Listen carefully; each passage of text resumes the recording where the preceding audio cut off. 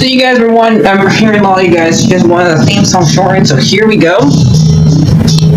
This girl reviews movies, games, and books. Sometimes she plays them. So does that, and when she does it with the cat, does that make her crazy? Does that make her crazy? Probably. So, it's shorter. There you go. CrazyCatLady or Martha Butler does not own any trailers or pictures. I use them under fair educational for and entertainment purpose. Blade. Looks like it's all they did. Well, those years ago. See? No, I don't want to do any more of it. Hi everyone, Mark here. So today we got some news. Well, really two news. I was watching the movie to talk about the first news. It's on my phone that this was on Twitter. So before we begin the first news, let's talk about the second news, I guess. And that is Twitter on Disney Dreamlight Valley has been cooking something special for you. We have like an emoji that has a fork, plate, and a knife. It starts with the developer. It ends with update video. We'll serve you up something this Wednesday. Discover what this mystery dining spot is and more when you tune in. And it's showing Tiana's new restaurant. Blurry, but yeah. So they're gonna start showing more news about it, and we're gonna get a release date. We'll see. So we got a day because I'm probably gonna have this come up tomorrow. Before I begin my other part of my video, watch my book review. Please, not many. That's kind of recording. Not many people has watched it. So hold on, let me get the other news.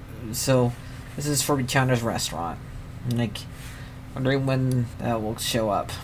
So, if you are a fan of Pokemon, I have some sad news about today. We have lost a voice actress from Pokemon who plays two characters in here, and that is Jessie and Misty's voice actress Rachael Lillis. She had So I decided she's only 46. I can't believe she died so young. I decided I was going to watch Pokemon 2000, but I couldn't find it anywhere. Then I decided to watch the third one, and I also couldn't find that anywhere. Well, they're available, but I would have to pay for it.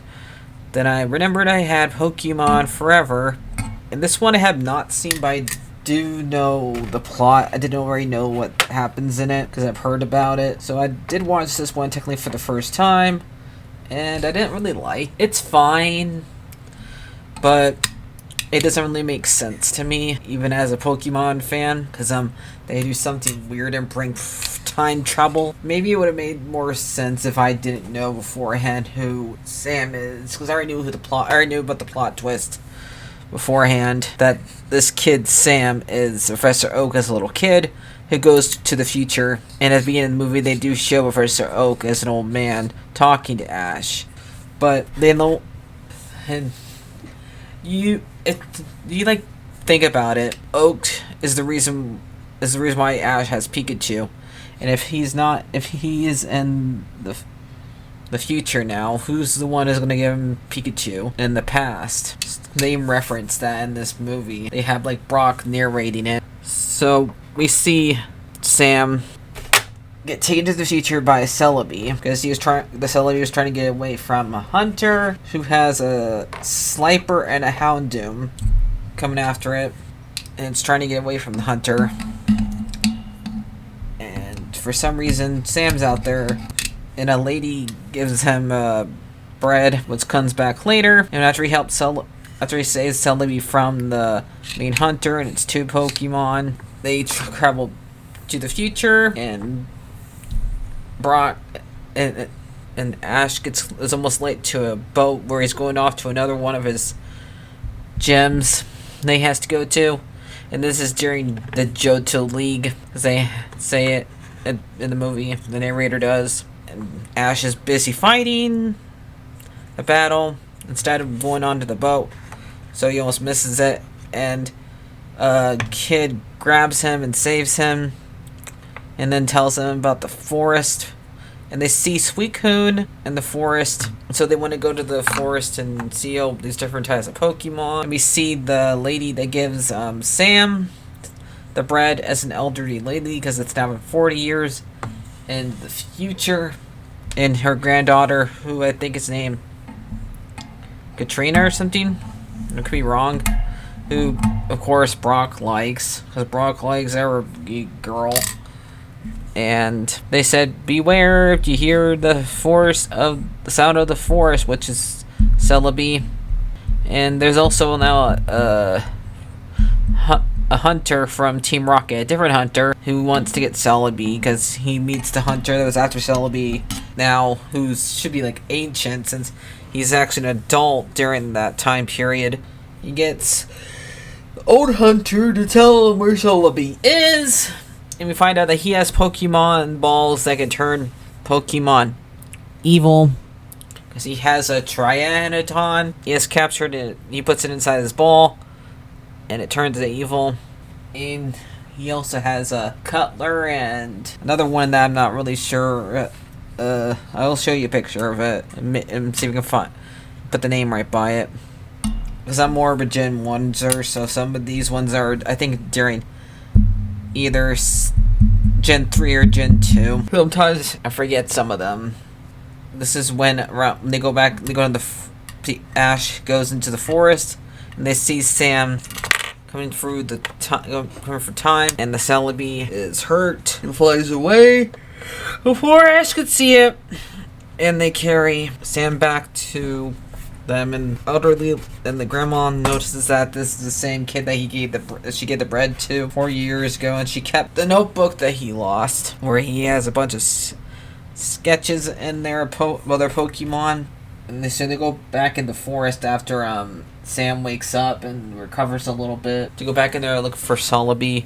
And we do have Jesse and Team Rocket are in the forest, and they actually, unlike a couple other the movies, I'm pretty sure like in the other 3 movies, they did not say their motto.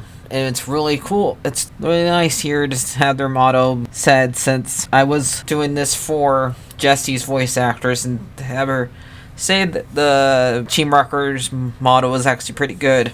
Yeah, because I don't think they did say it in Pokemon 2000, even though it's been a while since I watched that movie. And we find out that the hunter that's coming out there is one of the Team Rockets, because they come and try to fight them, and that's when he brings out his Trianaton and the Cutler, which Sam has a Charmeleon, and Ash brings out trying to remember the second grass starter Pokemon, Bayleaf, and they end up beating both these Pokemon here really well. Like the Cutler, Bayleaf has to remember how to focus and figure out which is the real Cutler, because the Charmeleon does headbutt on. Okay, I'm gonna look up to see what this Pokemon is. Sneasel. Okay, that's what that one's name is. And we also the only Pokemon we really see of Team Rockets besides the usual Meowth. We see Weezing and Wobbuffet for like 2 seconds.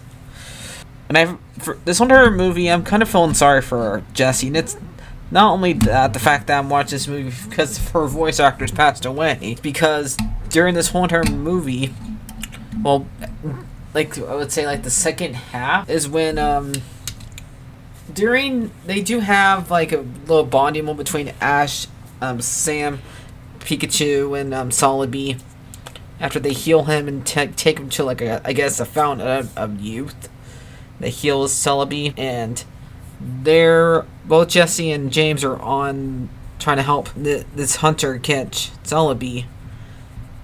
Eventually, when he does end up catching him, the Celebi, and makes it turn evil.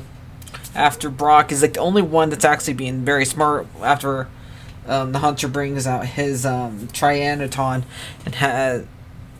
and Brock brings out his Onyx. I would like asking for somebody to bring out a fire Pokemon, but nobody does, and I'm pretty sure at this time period either Ash has Charizard or the third starter Pokemon of this, like the fire one. I don't know when did he capture that one, but I know he captured all three of them during this season eventually. Nobody brings out fire one because since he does catch your Celebi, but I guess they don't want to hurting Celebi. And I wonder, since this is made back in 2001, the cure effects in this movie are terrible. Because Celebi does a really weird attack, but has like a bunch of branches around it. And this is when Jessie gets captured in order to be like a witness to show to Giovanni that this hunter means business and wants to take over his spot. I just like, and when Ash Sam goes in there to try to get Celebi to calm down and not be evil, Jessie, even though Jessie's the bad girl, she ends up grabbing both of them and helps them up, and they just leave her and these branches. Like, jeez, she just helped you, help her. Don't leave her tied up there. And poor Misty does get healed, but she did get her ankle hurt earlier, so both Misty and Jessie don't get hurt in this movie, but luckily Misty did get healed, but she doesn't get to really do much in this movie. Misty doesn't. Like, never Pokemon. Only one we get to see is Togepi. We don't get to see any other ones of hers, so she doesn't even get to do much in this movie. So after they help Celebi remember everything by hugging him and like remembering the moment where she made Ash and Sam fly in the middle of the night when they were supposed to be sleeping, and when Sam saved him. So help Celebi remember who Celebi really is, and supposed to be like the spirit of the forest. And then it like fights against the evilness that has been happened since it was inside the evil Pokeball. And then remember who it was. And the evil hunter falls down, and Jessie got lucky because she lands in the water that heals it. And then we also have the Suicune is helping both Ash and Sam, but the Suicune ends up getting tied up, and Suicune ends up healing the water because I guess the water got destroyed. Healed Celebi earlier, so it's unable to heal it. And I think since Celebi was touched by evil, it's not able to heal her. So we have a whole bunch of other Celebis show up. That's where we have a very sad moment. I was thinking that Celebi's dead. Oh no! A bunch of Celebis come in and help heal it, and they take back Sam back to his time, and Ash. It's sad that he'll never see him again. When we get back to tell Professor Oak about this, we hear that he already knows Sam's name, but they did not tell him. And then we see the same picture that Celebi and he drew of Celebi and Pikachu sleeping. And earlier in the movie, Ash says that his sketches look like the Pokedex. I did like how Sam's Pokeball does look different from Pikachu. It looks different from Ash's since he's from a different time period. So it's basically him going. I guess he's going in there to draw and to make Pokedex in the future. So that's just when this is hinted that same boy that Ash meets is Professor Oak. But the thing I didn't get, since when they call Professor Oak the first time in this movie, the younger Professor Oak is going through time, and so the older Professor Oak shouldn't be here. So it's kind of like, does that make sense to not be there during that phone call? He should not, because usually when your younger self has not returned yet to the future, your older self shouldn't be here. So yeah, that's why I find it very confusing, and that's why sometimes time travel is not a good thing to introduce in your movies. But they didn't really think about that, did they? But besides that, I would like to say the rest of it's fine. I don't know, they probably didn't have the budget to make the movie look... Alright, I'm back. So, I'm probably going to get this and it ends with both Jesse and James find each other in that water, and they're like floating away again. So it's nice to see that at least James cares about Jesse, and so does Meowth. Alright, I forgot to mention the reason is when they do water in this movie, it's fine. When they do like ground, and when they have that weird wooden part, when Sully does is evil, that part is hard. I just don't think this movie had that big budget to do computer stuff. Like, when it does 2D, it looks fine. When it does computers, it doesn't look fine. So that's why another reason why I made it go down a couple of points. Because since I understand it's also 2001, computers it's not exactly up to date as they are nowadays, but it doesn't. This movie just didn't age very well. I just wanted to add that. Ash, who Jesse just saved. So this movie was fine, even though it's a bit confusing. Probably gonna give it like 7 out of 10. So I'll see you guys later. Like, favorite, and subscribe, and bye bye.